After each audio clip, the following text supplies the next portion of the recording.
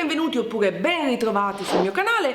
Anche quest'anno è giunto il momento di tirare un po' le fila e andare a individuare quelli che secondo il mio modestissimo parere sono stati i prodotti beauty più interessanti di questo infausto 2020 nel classico e intramontabile Best of Beauty. Ormai è una tradizione qui su questi schermi che si presenta puntuale verso la fine di dicembre. Per rinfrescarmi un po' le idee e non perdermi per strada prodotti appunto che invece valeva la pena raccomandarvi, sono andata a scartabellare in tutti i miei video dei preferiti del mese, dove spesso e volentieri si annidano i prodotti che più mi sono piaciuti, e ho messo insieme una discreta e variegata selezione che sono pronta a condividere con voi.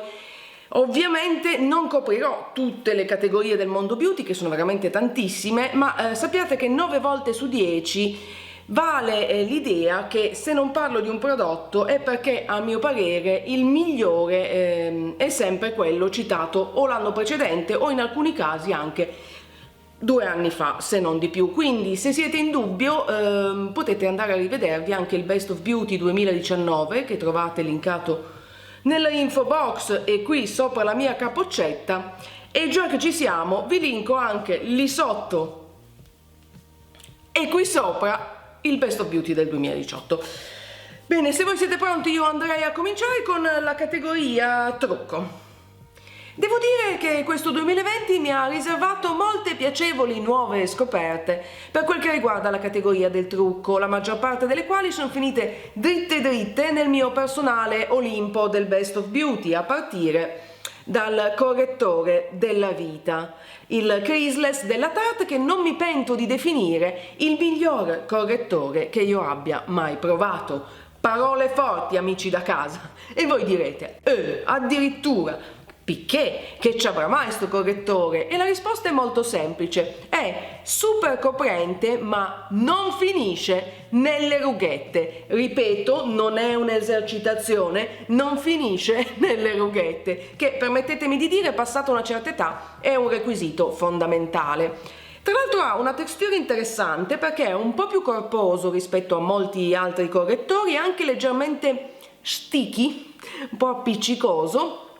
Tant'è che così di primo occhito mi aveva lasciato un attimo perplessa, e invece come ho provato a stenderlo, il miracolo, perché si stende in un secondo e va a spianare il contorno occhi che risulta così teso, luminoso, pazzesco. Tra l'altro è perfetto anche proprio per la sua consistenza come primer occhi, insomma il correttore è perfetto. Ora, tanto entusiasmo lascerà forse dei dubbi a qualcuno, quindi facciamo subito un bel disclaimer. Nessuno mi ha pagato per inserire i prodotti dei quali vi parlerò in questo video, ma quando mai? Ma chi me paga me? Nessuno, appunto. Tutti i prodotti li ho acquistati con i miei soldi, tutte le opinioni sono le mie. E chiudiamo il disclaimer. Tornando al Creaseless, l'unico problema è che non sono sicurissima che sia facile da trovare in Italia. So che Sephora vende alcuni prodotti della Tarte, non so se vende questo. In ogni caso ve lo dico subito, così poi non mi dimentico. Sul mio blog troverete la lista di tutti i prodotti dei quali vi parlerò in questo video, con link diretti per avere maggiori informazioni o, perché no, anche acquistarli. E chiaramente il link al mio post dedicato è nella info box qui sotto, oppure sulla i qui cliccando sulla i qui sopra la mia testa. Bene, passiamo al prossimo prodotto di questo Best of Beauty, che fa parte del mondo CC Cream ed è la Moisturizing CC Cream della By Terry, perché è un brand francese, va detto rigorosamente By Terry. Un brand tra l'altro abbastanza top di gamma, abbastanza caro. Vi parlo di questo prodotto perché quest'estate è stato il mio migliore amico. D'estate tendo a preferire CC Cream molto leggere o addirittura niente, perché la pelle è un po' più abbronzata, un po' più luminosa di suo. Quest'estate ho scoperto questo, appunto la Moisturizing CC Cream, la crème teintée multi-soin della By Terry, e me ne sono innamorata. Se cercate coprenza non è il prodotto per voi perché è molto leggero, però va davvero a uniformare e soprattutto a illuminare l'incarnato. L'ho amata moltissimo e quindi ho pensato di inserirla in questo video.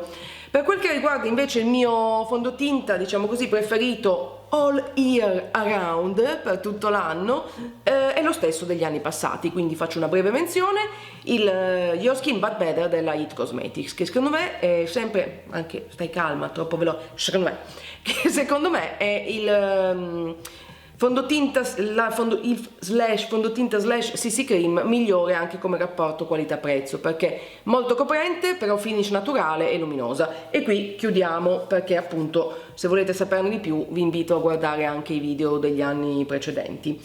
Ma andiamo avanti e passiamo con movimento fluido a blush. Fard in italiano, che non mi ricordo mai come si dice. Non ho dubbi nel dirvi che il mio prodotto preferito di questo 2020 è il blush di Fenty Beauty, il Cheeks Out, come si evince dal fatto che ne ho ben 3, in 3 colorazioni diverse. L'ho amato moltissimo, ho comprato il primo, me ne sono innamorata e poi da lì il resto è storia. Perché amo questi blush? Intanto perché sono in crema. Quelli di voi che mi seguono da un po' più di tempo ricorderanno che ho una predilizione per i fard in crema rispetto a quelli in polvere, che trovo un po' meno performanti. Le tonalità che propone Fenty Beauty sono tutte pazzesche. Uno dei miei preferiti è questo, Petal Popping, ideale per trucco da tutti i giorni, ma ho molto amato anche Daiquiri Deep, che è questo bel rosso aranciato, ma adatto soprattutto all'estate, e anche questo fucsia portentoso che è Crush on Cupid. Molto interessanti, molto facili da stendere, super luminosi, li ho amati tantissimo. Andiamo avanti con passi lunghi e ben distesi e passiamo a una matita per sopracciglia, e più precisamente alla Brow Blade di Urban Decay, una matita per sopracciglia che è un po' un 2 in 1. La particolarità è che da un lato ha questa punta in feltro molto simile a un eyeliner, che permette di andare zin zin zin a disegnare peletto per peletto, mentre dall'altro lato ha la classica matita dalla consistenza un po' più cerata, che è l'ideale per fare riempimento. Insomma, 2 prodotti in uno che permettono di disegnare sopracciglia definite e anche molto naturali. Se non l'avete mai provata, io ve la consiglio. Direi che a questo punto possiamo parlare di ombretti.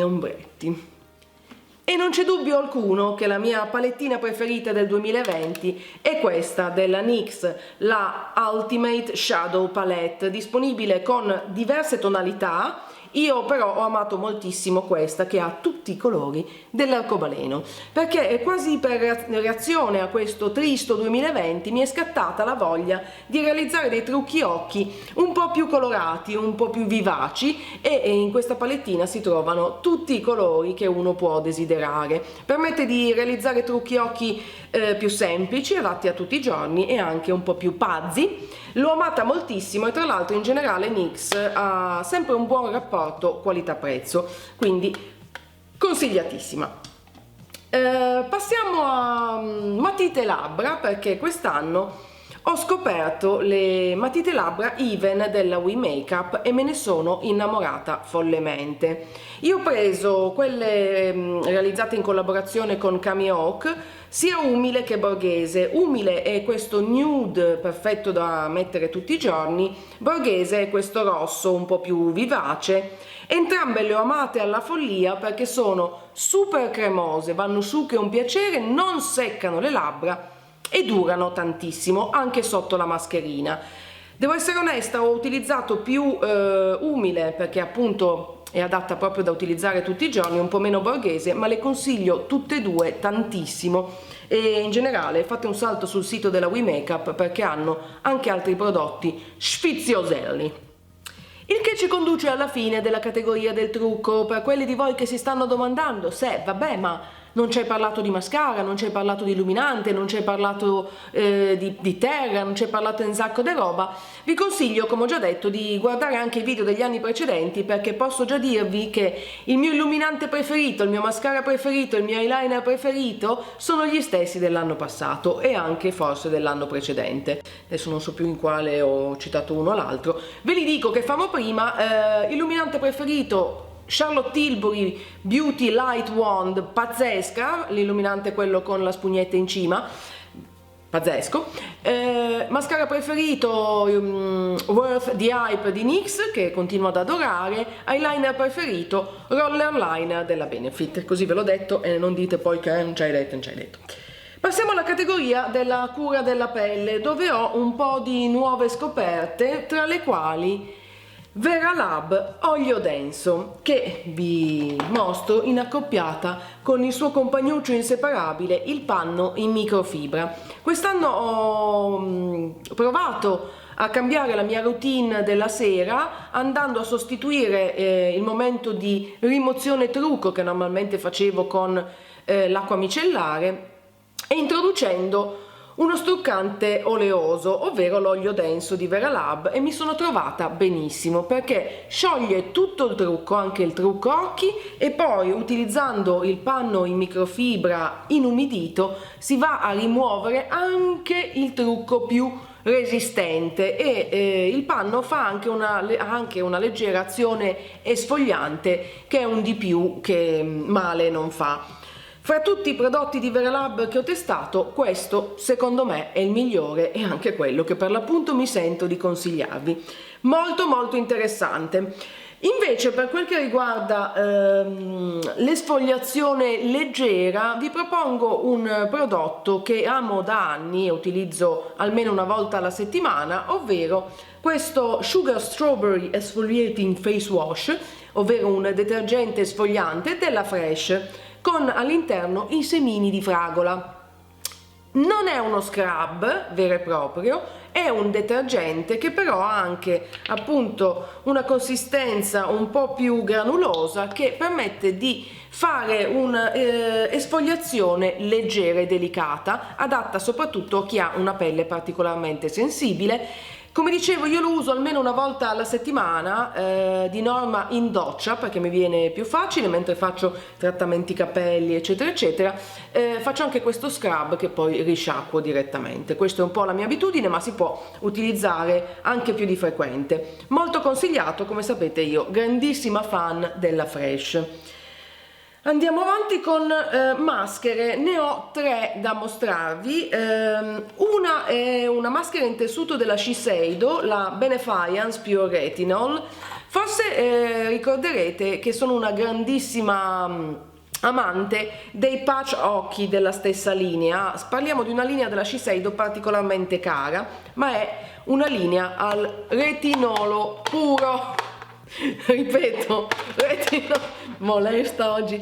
Ho visto questa versione, quindi face mask per tutto il viso, e l'ho provata e me ne sono innamorata. Come dicevo, un prodotto abbastanza caro, quindi tendo ad utilizzarlo con parsimonia. La bellezza però di questa maschera, a differenza di altre maschere in tessuto, è che è fatta in 2 parti e quindi si adatta a tutte le forme di viso, perché c'è chi ha un viso più lungo, più largo, e spesso le maschere, quelle tutte in un pezzo, un po' Picasso come genere. Queste invece metti il sotto, metti il sopra e sei a posto.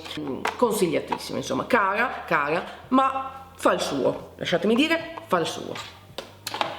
Parlando invece di patch occhi, ho scoperto questo brand che tra l'altro credo sia italiano, adesso correggetemi se sbaglio. Face D, l'ho preso da Sephora e mi ha incuriosito perché sono dei patch occhi che a differenza di tutti gli altri che ho provato non sono né in hydrogel, la gommina, né in tessuto, sono quasi degli adesivi, degli sticker che metti su, non si schiodano manco che è bomba a mano, perché a volte metti su i patch occhi, poi ti chini per prendere una roba e cascano giù.